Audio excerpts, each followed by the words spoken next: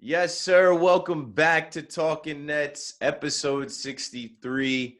I'm not going to hold you. I am sick today. I feel like shit today. I don't know if I'm under the weather because now it's raining, and the last 2 days we had 70-degree days in the New York, New Jersey area. I was outside. I think that, I don't know, there was sensitive air quality for people, but enough about me. Just letting you know that I'm toughening it out, trying to get through the episode. Keith McPherson and Hudson Flynn. Hudson, go ahead and say what's up to the Talkin Nets fam. What's up? It's a shame that you're sick because my open was going to be about how nice this weather has been. I mean, damn, it's the middle of November. We had 70-degree days, for like a week. And I think, it rained, but I think they're still going to have some nice weather. It's a Yeah, little man. strange. It's a little off brand for the city.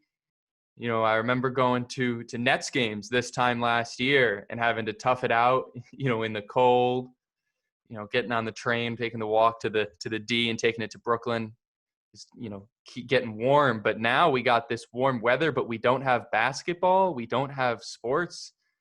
It feels like a little bit of a paradox, a little bit of a conundrum, but that's 2020. So we Right. just have to roll with it. It's a little bit odd, and I was gonna say, yeah, man, it feels on brand for 2020. You get these 70-degree days, global warming. Obviously, we had 70 degrees this weekend. Party in the USA this weekend.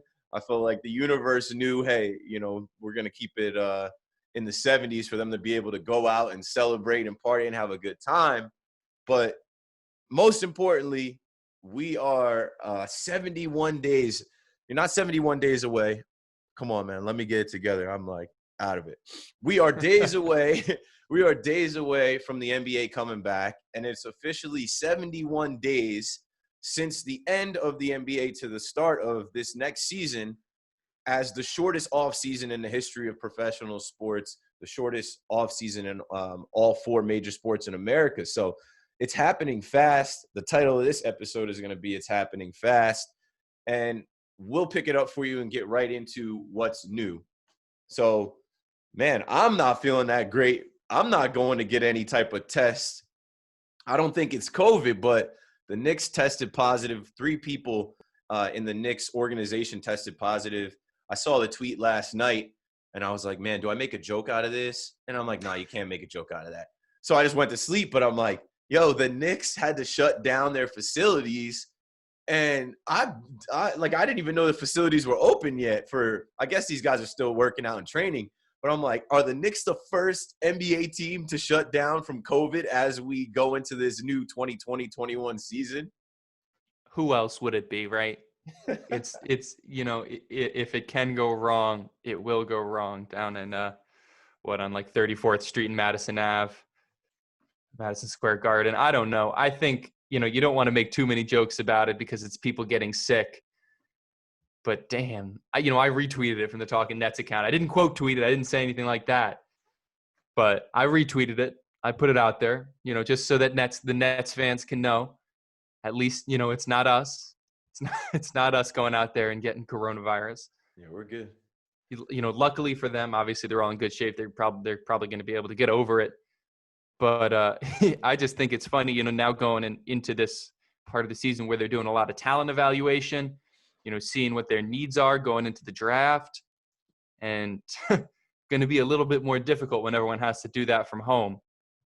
Yeah. I mean, supposedly they're shutting down for like a deep cleaning, but man, it's like the Knicks can't get out of their own way. You're not supposed to make jokes about COVID and people getting sick, but if there was going to be one team in the NBA to shut down when you need everybody to be on in these next couple of weeks, it's the Knicks first. And I mean, I hope everybody is good over there. I hope that they are ready to go. But that presents another challenge as this is already challenging. Switching gears a little bit, a story that I wanted to, I guess, speak on quickly, but not harp on too much because it goes back to the NBA shutdown and things that have gone on in Milwaukee and police violence, police brutality, everything else like that. The Bucks' Sterling Brown reaches a $750K settlement with the Milwaukee Police Department. And I saw this and I was like, okay, because this guy's already got money. But that's a good figure. That's a good number. And I don't know. What'd you think about the number? And I don't know, but we'll give people some background in case they don't know. Sterling Brown plays for the Bucks. A couple years ago, he was double parked or something outside of a Walgreens. Cops came through, racially profiled him, tasered him up, like mistreated the guy. I guess they didn't know or care if he was in the NBA, but there was some wrongdoing there, and they ended up paying for it. And now here we are, I think 3 years later, and they've reached this settlement. Yeah, I mean, the cops didn't know or care that he was in the NBA, and, neither should the justice system. So obviously we can look at it and say, he's a wealthier guy, he's an NBA player. But I think, it shows that at least the justice system at times can, put things in the right, move things in the right direction. Obviously he gets a settlement. I think it would be super cool. I don't know, obviously it's none of our business what he's going to do with the money, but I think it would be cool if he reinvested some of that money into the community. I think there's going to be a lot of reinvestment into those communities in the next 4 years, especially after what Wisconsin did this past week. And, I think that it just shows that, there may be parts of the justice system that are corrupt, that are racially, prophilic, but there are, it does happen in some cases that, justice can be served. And I liked that they gave him this settlement, regardless of his status as an NBA player, regardless of anything else, because, the police that racially profiled him, that put him in that bad situation, they didn't give him the benefit of the doubt. They didn't give him any of that. So I'm glad the justice system also didn't do that and didn't, give him some kind of a double standard saying, you're an NBA player, we don't need to give you a monetary settlement or anything like that. Right. Yeah. You racially profiled the guy and treated him less than. So now make it right by treating him how you would treat anyone else. And, it's unfortunate that this happened, but some good has happened because of this. And Shams tweeted out that the NBA and NBPA agreed to create the Social Justice Coalition, a group to advance equality and social justice in the aftermath of the Bucks leading teams walking out of the games in late August. Adam Silver, Mark Tatum, and Michelle Roberts will also be on the board. So I feel like all these things are connected, right? You had a Bucks player in an incident where he was racially profiled, where he was mistreated, and he won. And then that kind of was coupled with what went on in Kenosha, and then with the Bucks feeling like, hey, we need to do something. Sterling Brown was one of the leaders there, and George Hill was another person who was very outspoken and leading that movement where they just decided, hey, that from warm-ups that they weren't going to go out. Now the NBA said, okay, now we need to have a coalition around these type of things. If something happens, we have a group set up to, help you guys with dealing with that stuff, bringing light to that stuff. So there isn't a situation where, we're walking into a game and now the game is canceled, and not even just a game, it was a playoff game. So, all right, lightening the mood again and switching gears again. It is the NBA fall, AKA the NBA summer. It is rumor season. It is sources season. I saw Chris Paul, OKC to Phoenix rumors. And this morning I saw that Westbrook and Harden were concerned about their immediate future, as if they didn't ask for a trade, but there's some rumblings that they don't want to be with the Rockets. And then last night I saw the Clippers and Knicks are interested in Russell Westbrook. So just expect all of that to come. Just expect more of that to come, and expect it to come fast because of how condensed all of this is and how it's happening. It's all talk. It's all rumor mill stuff. Do you buy into any of these? Do you like any of these ideas? Like, I kind of like the thought of a Chris Paul going to the Suns, and I kind of like the thought of a Russell Westbrook coming to New York. What were you thinking when you saw this stuff, Hudson? Well, I think, just starting at the top with the Suns and Chris Paul, I think they need to do whatever they can to try and salvage some kind of a win before Devin Booker absolutely gets the hell out of there, because we know that he is going to when he gets his first chance to. They have DeAndre Ayton, they have Devin Booker, they have some pieces that they can do something with. Maybe they need a third piece to think that they can have some playoff success. I don't see them winning a chip or anything like that, but it would be cool for them to, run it back, see what they can do. I also saw Chris Paul to the Bucks. I like that trade a lot more, because that, I think, can put the Bucks in a better position to actually win a chip. No big man wins a chip alone. It's never happened in the history of the NBA. Shaq couldn't do it. All the old greats couldn't do it. Everyone needed, that more mobile point guard, two guard that could get it done for them. And I think that would certainly help Giannis and the Bucks. Hope it doesn't, though, because we're Nets fans on this podcast. What else do we got? Harden and Westbrook splitting up. I think they should. I think Harden should stay. I think they should. I am kind of unfortunately down on Westbrook in recent years. It's really sad to see what's happened to him, because he used to be, maybe the most electrifying, point guard. Obviously, he doesn't really necessarily play like a traditional point guard, but he was one of the most electrifying players in the NBA. Him coming off the bounce, obviously him in the days with KD, things kind of sour there. He had his amazing MVP season. Every time he came on TV, that was must-watch basketball every night. And it's just kind of a shame to see that he's faded. He's trying to do things that he can't do, living and dying by the three in the mid-range game when that's not his game. Maybe a change of scenery will help him. I think it could be fun to see him on the Clippers. I don't quite know how that would work, because I think they need more of a leader at point guard on that team. And I know we've talked a lot about them bringing in someone like Rondo or someone else, maybe even Spence. And I think that would be a better fit, but it's certainly a better fit than the Knicks. I don't know what the Knicks would be doing paying him. They're always trying to skip steps in their rebuild. And I think, honestly, it would just be another example of that. And they wouldn't be able to do anything. The last trade thing that I saw was that there needs to be a third team to facilitate a Drew Holiday trade. Obviously, that's been kicking around on Nets Twitter. I think it's about hit its peak. I saw someone put together like a 5-team trade on Nets Twitter. And, so the Nets could get Drew Holiday, but they have to give up like Karras and KD. And I'm like, all right, calm down. Like, I know you're bored. I know you're waiting for news to happen, but it's all about to start breaking really quickly. And man, I'm excited for it. It's going to be a lot of fun just to see where things land, where things break. I hope we can get just some more interesting stuff to happen. Obviously, we had the NFL trade deadline pass just last week, and that was boring as hell. Nothing happened last week. And I've been waiting on, some big movements, some big names changing scenery ahead of the draft too. And, we're going to get to the dates in a second here, but it's all so compact. I think it's really just all going to come so quickly. And man, I am absolutely here for it, because that is the kind of, distraction, frankly, that I need right now. Yeah, the NFL trade deadline was super lame. Like nothing really. Carlos Dunlap from the Bengals to the Seahawks. The Cowboys let Everson Griffin go to the Lions. I think the Giants let Marcus Golden go to the Cardinals, but nothing really that like shakes up the complexion of the league.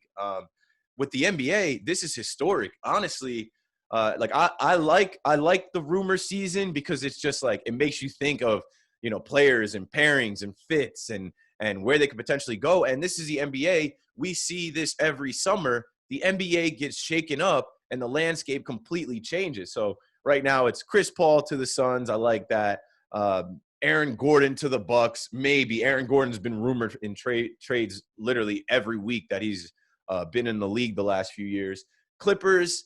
I don't think the Clippers should even like sniff Russell Westbrook. Knicks, yeah.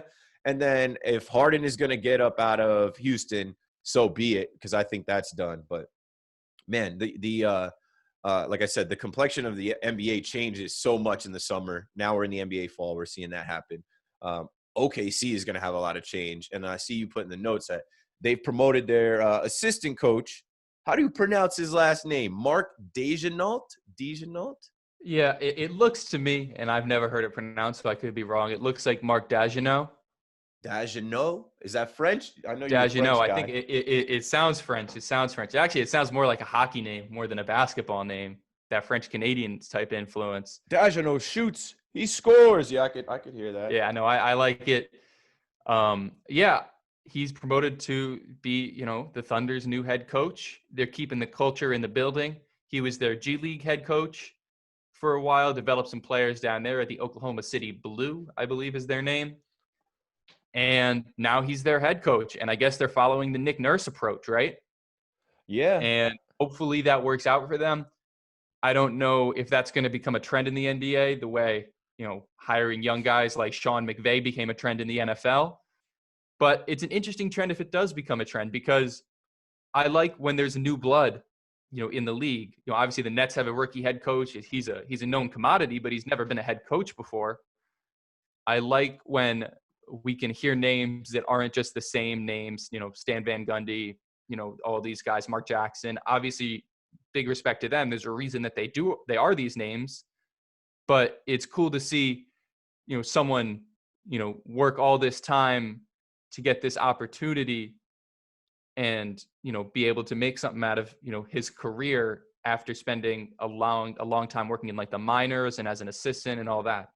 Hell yeah, good for him. Good for the grind, the hustle to get there. I'm glad nobody is crying white privilege with this hire. I'm glad nobody is saying that this guy skipped the line. I guess we just had to deal with that in New York, Brooklyn, Steve Nash, because there's been some hires after Steve Nash and literally no one said a word. But for the Brooklyn job, it was different. It's always different with us.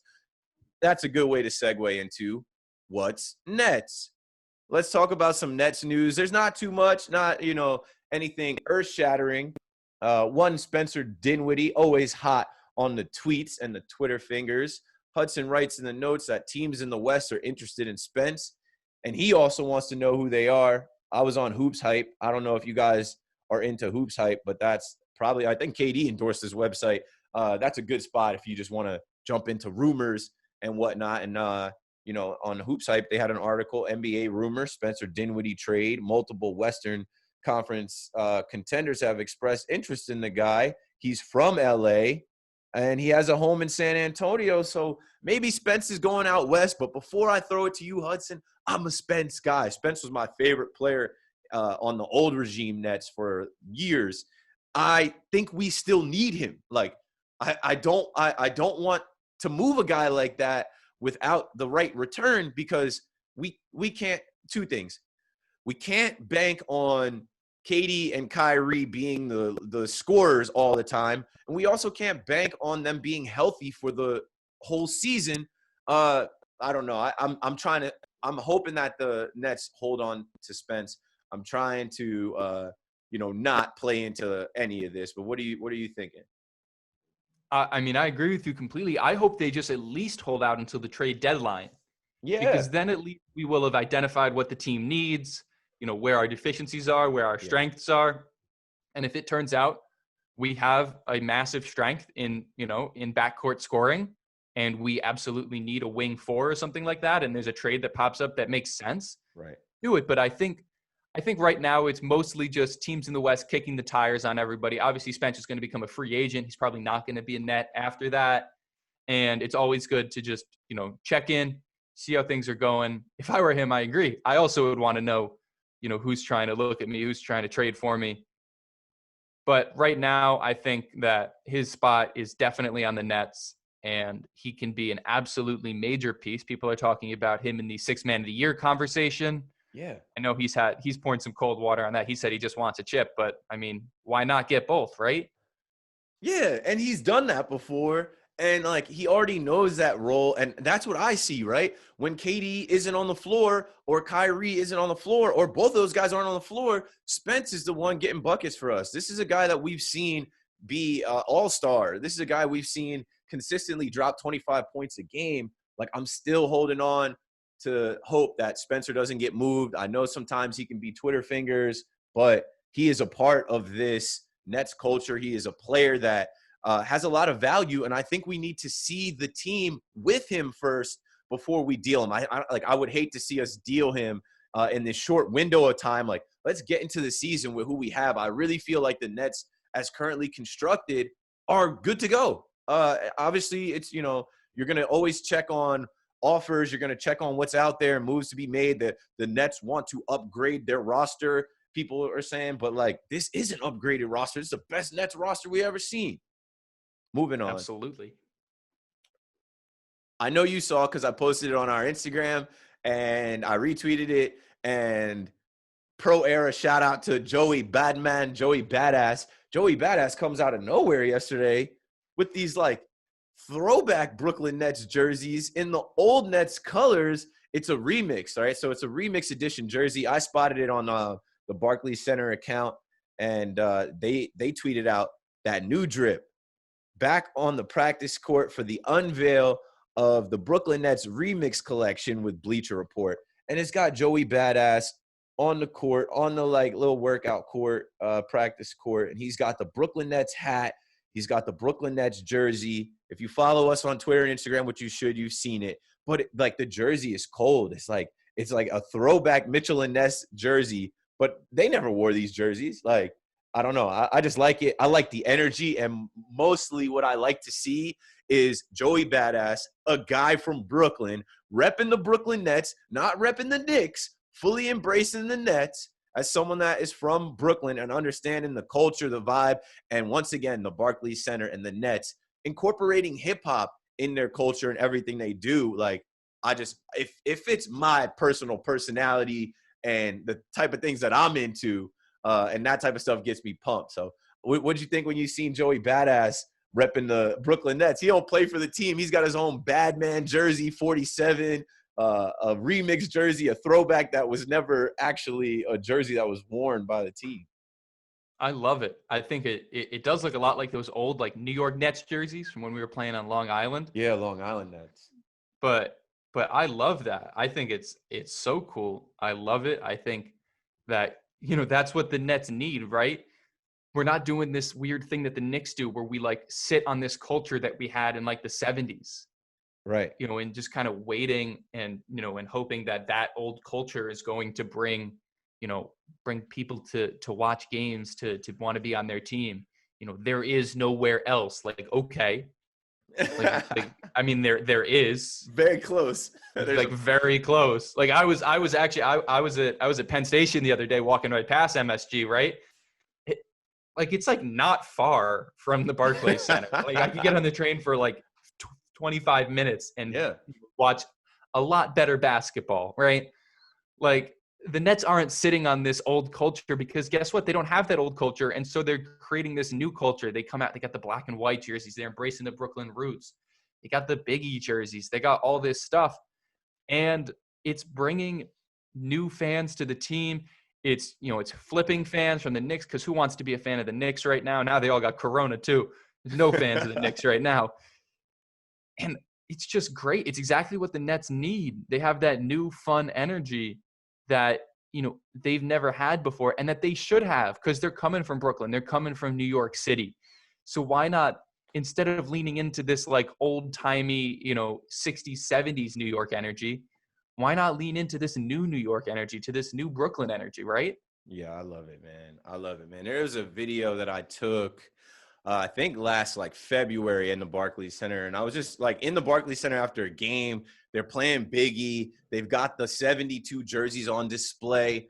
And I'm thinking about what they have built, like what the New Jersey Nets used to be, and then coming to Brooklyn and what they built. And I said something in the vlog where I'm like, yo, if you are a hip-hop fan or a basketball fan or a New Yorker, like, the Nets are building this culture that is welcoming people, not just from basketball world, but, like, from fashion, from music, from entertainment. And it's awesome. And if you're like on the fence about, like, I don't know who to root for, this is my first year getting into basketball, like, Joey Badass is bringing his fans into the Brooklyn Nets culture. Biggie fans, obviously KD and Kyrie fans are now going to be rocking with the Nets. Like, I just love what they're doing.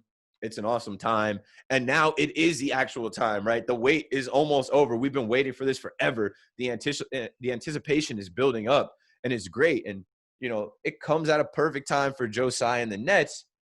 And now we're going to start getting into more of the details of things that have rolled out. Joe Tsai and the Nets, right? The way everything is shaping out, they're going to save some money. And the whole structure, like this new CBA, it's going to help the Nets because it's set up for, any revenue dip below 8.45 billion in the luxury tax. Like, let me look at this article so I can read it exactly to you, because the way that this new CBA that was voted on is shaping up, like, it's going to help Joe Tsai and the Nets. We got to sign Joe Harris. Like, hey, we're going to be decent with the money. So let me read a little bit from the New York Post article. Brian Lewis, shout out Brian Lewis, Jersey guy. Just realized he's a Jersey guy. We follow him and have notifications set up for him. He does a lot with that. So let me read a little bit from his article. He says, despite being one of the richest owners anywhere in pro sports, Tsai went into Tuesday evening's call having lost $1.4 billion in net worth because of the new China regulations that hit with his Alibaba company. That's why the amended deal with a compact offseason and breaks for luxury tax terms should be welcome news for Tsai, who will have to spend to contend. The Nets still have to sign Joe Harris and could face a luxury tax bill of more than $50 million, which would be the fifth highest all time. Despite Tsai's vast wealth and stated willingness to spend, offsetting some of this week's financial losses can only be good news for Brooklyn. So, man, with this offseason, this compressed offseason, and like the draft being on November 18th, free agency starting right after that, camp opening December 1st, season tipping off December 22nd, there are going to be some breaks in here. And now we'll get into what's next, because we got to look ahead. Like, what's next is everything. In the next couple weeks, everything is going to happen. And I'd like to give some more context on the news, what was voted on, what has changed, what hasn't changed, what this means. But I'll kick it to Hudson so he can share any thoughts on Joe Tsai, the money that the Nets can potentially save, and signing Joe Harris, who I think Joe Harris played for like $7 million last year, and I think he stands to almost double that. So take it away, Hudson, while I look at these notes. Anything to make it easier for the Nets to spend that money, to increase the willingness to do the things we have to do to win a chip is great, and it's awesome to think about. And what's awesome to think about is, obviously John Boy Media, Yankees company, me and Keith are Yankees fans. We're in a situation right now in the MLB offseason where we don't know if the Yankees are going to go out and spend that money on the players they need to spend that money on. Yeah, but the Nets don't have that problem. The Nets aren't worried about that because, first off, obviously we have this super rich, super wealthy owner. We love that. But we're getting this help. And honestly, to me, it may be small, but it seems like all signs are just pointing in the direction of the Nets. Everything is landing, heads up. It's going the Nets' way. And I just hope that continues onto the court. But at this point, why wouldn't it, right? Right. We're in such a good position financially, player-wise, location-wise, culture-wise, that to me, I'm thinking, what's going to hold the Nets back? Aside from, KD's like ankle exploding again. Like what's going to hold the Nets back? What's stopping us from being the best team in the NBA? At this point, I really can't see anything. Nothing is stopping us, bro. All right, so now I have queued up some talking points, right? So despite the upcoming campaign being shortened to 72 games, that slate should satisfy local TV deals, and the league kept both the salary cap, $109.1 million, and luxury tax threshold, $132.6 million, the same as this past season. What's vital to note is that teams like the Nets, who will be far over the tax threshold, would get a break if the league revenues dip under $8.5 billion. That's what I was trying to get at before. A possibility due to the complications with both coronavirus and China, any reduction in revenue, say 30%, would also result in a corresponding luxury tax savings. The Nets are sure to be a luxury tax team. Both Tsai and general manager Sean Marks have said ownership is comfortable with that being the cost of contention, but projected to have a payment that exceeds over $50 million. Any savings would help. And now going into, what's next, looking ahead, Shams and Woj sent out a bunch of tweets yesterday that'll give you all the information that you need about what's going on. The new CBA, the salary withholdings, free agency and salary cap. And now I'll kick to you some of those tweets. So starting off with the new CBA with Woj. He tweets that the NBA's Board of Governors call is underway. It went down, voted, passed, yeah. And the vote was to amend the CBA negotiation with the NBPA, and this clears way for a new salary cap, financial rules to start the 2020-21 season. So that got passed. That is done. Now with the salary, Shams put out that NBA players who accepted 25% of the salary withholdings on May 15th will receive a refund of approximately 2/3 of all amounts on December 1st.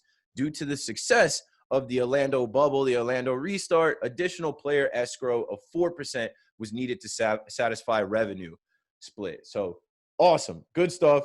These guys are going to get paid. The Nets are looking like they're going to be in a good position to sign the players that they need to contend. Hey, like Hudson said, what's stopping us? All of this stuff seems to be falling in our lap and working in our favor.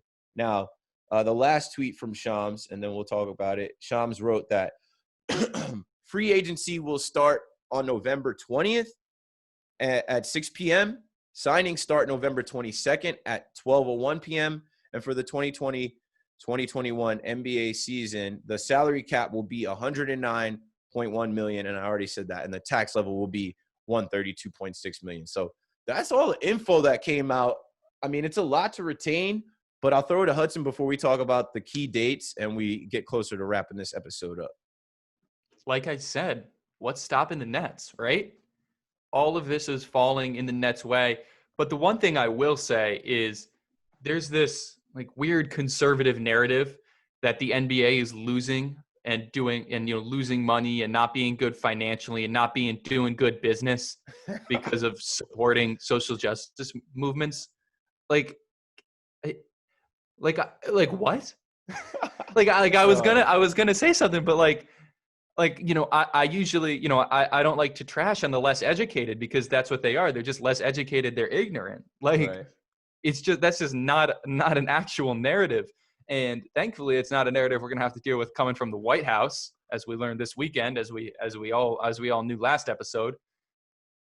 But damn, what are you thinking? The NBA just showed out above all of the sports leagues. They did all of that. They did their absolute best. And can I tell you, there isn't a sports league anymore that isn't supporting these social justice movements. Uh-huh. For a second, everyone was like, oh, look, hockey didn't do it. And then guess what? They had a whole event scheduled for it the next day. And they were like, and now all of these leagues are making all of this good money. And they're moving in a great position despite the coronavirus, despite the financial hardships that they should be going through. They're not. Despite all of the lost gate receipts, all of that, they're just not, because, they're an amazing business. And can I tell you what that business has absolutely nothing to do with? The fact that they're also supporting social justice movements, literally two completely unrelated things. And it shows because, first off, why would it decrease any amounts of revenue? But also, it didn't. Nothing happened. It's all going in the right direction, and I love it. And I'm just proud to be an NBA fan, to be a Nets fan, and to just be able to look at it and be like, the league that I care about, the league that I watch, did all the right things and still has something to show for it. Bro, I'm just so thankful that people came out and voted more than ever, and we can move on. And we do know there's a new president coming, and we can get out of this rut that we've been in the last 4 years, like you said, with these conservative narratives that they're so off base. But because of the internet and all these spin doctors and such a large base of supporters behind, Donald Trump and the conservative values and whatever, people believe this stuff. They really do believe these narratives. The NBA leads and everyone follows. And you've heard me say that at least 30 times because it's true. The NBA created their own world in Orlando, and it was a huge success. Everyone has to respect that. These guys were able to stop their season and restart their season, crown a champion on their own campus, and keep the coronavirus out. And it's bigger than just United States conservative, liberal, Republican, Democrat. It's bigger than that. It's about the world, right? We showed the world that we can create a place where we do things the right way, where we actually believe in science. How crazy is that? we actually believe in signs. What are y'all like? We could go into this conversation for another 10 minutes, but I'm trying to wrap this episode up in 10 minutes. I'm just happy, and this is the last thing I'll say before we go into these dates. I'm just happy that we voted dude out. We got a new person coming in, a new regime coming in. Cool. We can get back to just being sports fans, right? I even said on my own Twitter and my own stuff, like, yo, I've been chilling. Like, I haven't been creating the videos and content and talking sports the way I usually do because there was a much greater competition in front of us. There was a much greater result in front of us. Like, we needed that to happen, and I put myself, my face, my voice, my platform into telling people go out and vote and don't vote for Donald Trump. And look how many people like voted. Like, if you really want to get into that, like, we won, and now we can get back to doing what we're doing. This podcast is a 32-year-old black dude and a just turned 19-year-old white dude, and we come together every week to talk about basketball, to talk about sports. That's what we enjoy. That's what we want to do, and that's what we want our listeners to do. And we're looking forward to the future because we can do this in person. We can do this at the games. We can do this at meetups and different things, and nobody should be talking about the president or making up stories about what happened and what didn't happen. No, let's get back to the basics and just be fans again and just enjoy doing what we do again. And we're on the way. The NBA is going to come back around Christmas. Give me all the hoops for Christmas. I can't wait. And here are the dates that you just need to know as we wrap up this podcast. The NBA fall, as we've been calling it, has some key dates, right? Now, this podcast is recorded right now, 11/11/2020, Wednesday. A week from today will be the 2020 NBA draft. You know, Anthony Edwards, LaMelo Ball, Wiseman, you know the guys, you know the names. Those guys will find a home, and the NBA landscape will shift again. There will be some trades. This is historic. This is going to be a draft like you've never seen. Coming up a week from today, November 18th. Then 2 days after that, November 20th, free agency negotiations start that night. So it's going to shake up again. Like, there's going to be some moves made, some different players wearing different jerseys. 2 days after that, right, November 22nd, free agency signings begin at 12:01 p.m. And then a month from November 22nd, December 22nd, the NBA season begins. We're back. Tip off. And the era of Katie and Kyrie and Brooklyn Nets jerseys begins. So what else you got, Hudson? We got to wrap this thing up soon. We got one more segment to do. And, I mean, honestly, I don't have anything for it. I took what I had off, but I'll let you get some words in on, you know, the key dates. And, you know, as we're approaching this thing, like I said, this is Talkin Nets episode 63. It's happening fast. It is happening super fast. Well, yeah, I mean, what I put down is just notifications on.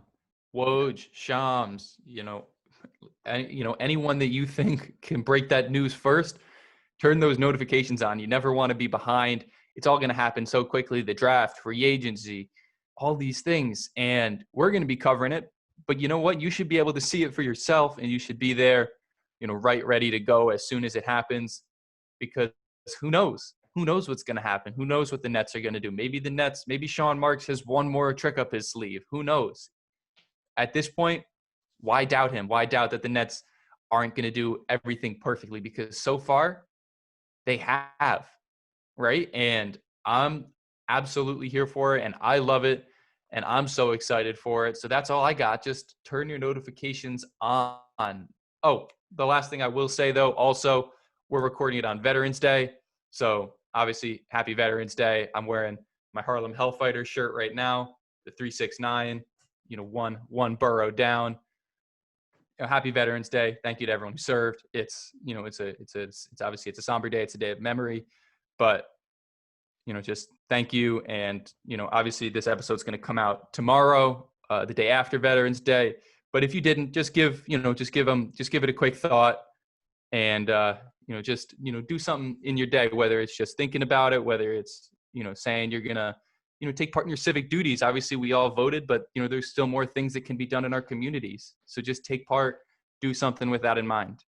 Yeah. Salute to service, throw a flag up, wear an American flag, America, we back. And it just really makes you think about, man, this whole past week, it being Veterans Day, the people that have served, that have literally given their lives so that we could be sitting here recording podcasts talking about the Nets in peace, right? So that we can have the freedoms that we have. And some of these things that we take for granted, some of these things that people want taken away from you, people literally dedicated their lives to make sure that you could have that in your life. So happy Veterans Day and salute to everyone. And yeah, this is the last segment. What's on? I was going to put like ESPN, The Jump, NBA TV. I'm watching NBA TV right now. And once again, they have New Jersey versus San Antonio, 2003 NBA Finals, Game 6. I'm like, tired of watching that. Like, can we have live NBA coverage? Like, the NBA right now is in a historic month and a half. Like, I feel like there should be somebody at the desk covering this, talking about this stuff, letting us know the rumors, the updates, and just how we did on this podcast, giving you guys facts and information about what's to come and what's happening on the NBA landscape. So, like Hudson said, turn your notifications on, because really you'll get that information from Shams and Woj and guys like Brian Lewis and everybody else in the NBA Twitter sphere. And you're not going to get it from ESPN. ESPN is going to talk about why the Cowboys should draft Trevor Lawrence. And like, I literally just saw that on ESPN. I'm like, what? They're not going to get the chance. Either way, that's all we've got as we wrap up this episode. And what I want you guys to know is we are about to figure out some crossover pods. I'm reaching out to some different people. We're going to bring some guests because it's our time. It's NBA time. Like the baseball season is over. NFL season is over for a lot of our teams. It's time for NBA, for basketball. It's a historic time for basketball. If you're listening to this pod and you have a pod and you want to do a crossover mashup pod, let us know. I've reached out to a couple influencers, I guess you could say, and people in the NBA world. And obviously our John Boy Media brothers, the Talkin Knicks guys, we're working on doing a mashup pod with Talkin Knicks and Talkin Nets, maybe something around the draft next week. We'll see. So look out for that. You could leave a voicemail. I didn't put the voicemail out there, but somebody literally called the voicemail as we were recording last week. And then again, they didn't leave a message. We want to hear from you, right? If you want to talk about the Nets, you want to talk basketball, call the voicemail. We'll put you on the pod. Ask a question, and we'll give the answer on the show. 201-870-0461. It's also on our Instagram and our Twitter. Call us up. Your voice will be heard on Talkin Nets. Make sure you follow us on Instagram and Twitter. Make sure you follow John Boy Media on Instagram, Twitter, YouTube, Facebook, everywhere. Subscribe, rate, and review this podcast. 63 episodes.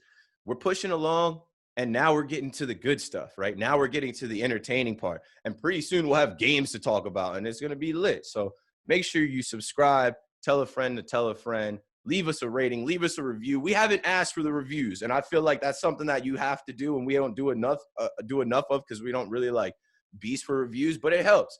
Leave us a review, and I am the shirt guy. You leave a review, I will send you a shirt from shop@johnboymedia.com. Like, I'll send you a Talkin Nets shirt just for writing a review.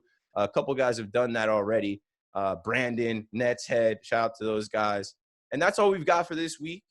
Talkin Nets episode 63. It's happening fast. Hudson, you got anything else before we close? Oh, how did I forget? I don't care if you follow me. I lost a bunch of followers this week. But Hudson, where can they follow you? Yeah, I lost a bunch of followers too.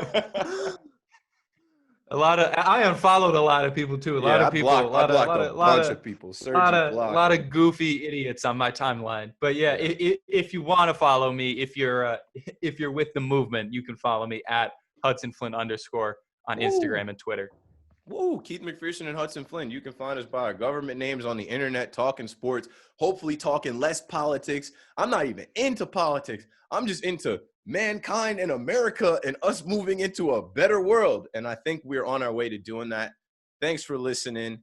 That's all we've got. It feels good to know that the NBA is leading and things are happening. I don't know if we're going to get back into the Barclays Center, pronounced Barclays Center from what I was told. But every day I wake up knowing we're getting closer to being a dominant force in the NBA, and Nets fans pumping their chest out saying, "Let's go Nets, Brooklyn."